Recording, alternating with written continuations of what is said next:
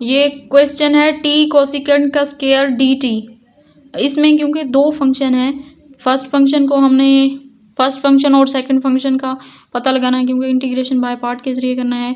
तो आइलेट फार्मूले से हम इसका पता लगाएंगे। आइलेट फार्मूला ये है, हम देखते हैं कि क्वेश्चन में कौन सी वैल्यू दी है। एक अलजेब्रिक है और एक ट्रिग्नोमेट्रिक। अलजेब्रिक और ट्रिग्नोमेट्रिक, ये पहले आइलेट फार्मूले में पहले ए आता है और फिर टी आता है।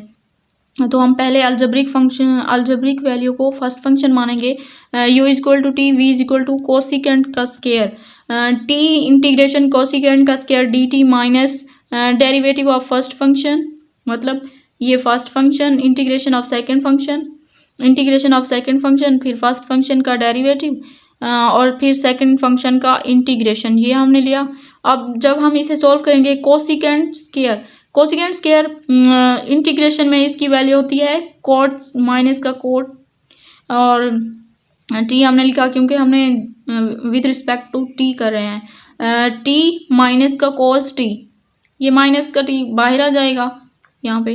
अब हम इसका इंटीग्रेशन डेरिवेटिव सोल्व करते हैं, क्योंकि डेरिवेटिव में एक वैल्यू कम करनी होती है, तो इसकी पहले भी एक वैल्यू है, तो हम मतलब 1 यहाँ पे लिख लेंगे, क्योंकि इसकी कोई और वैल्यू है नहीं।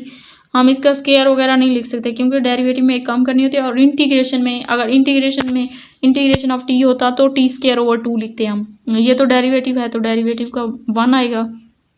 अब हमने कोसिकेंट स्क्वायर का इंटीग्रेशन सोल्व किया, तो minus cot T D T, ये आई वैल्यू इसकी। माइनस का टी कोट टी प्लस ये माइनस और माइनस आपस में मल्टीप्लाई हुए, इन्होंने प्लस बना दिया कोट टी डी टी ये।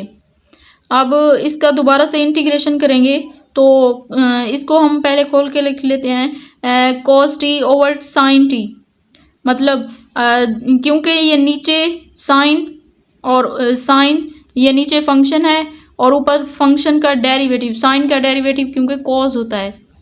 ये नीचे फंक्शन है, ऊपर फंक्शन का डेरिवेटिव। जब इंटीग्रेशन में नीचे फंक्शन और ऊपर फंक्शन का डेरिवेटिव दिया होता है, तो हम उसको नेचुरल लॉग में लिखते हैं। इसलिए हमने यहाँ पे natural log sine t plus c लिखा। माइनस का टी कॉस टी माइनस का cot t plus natural log sine t plus सी।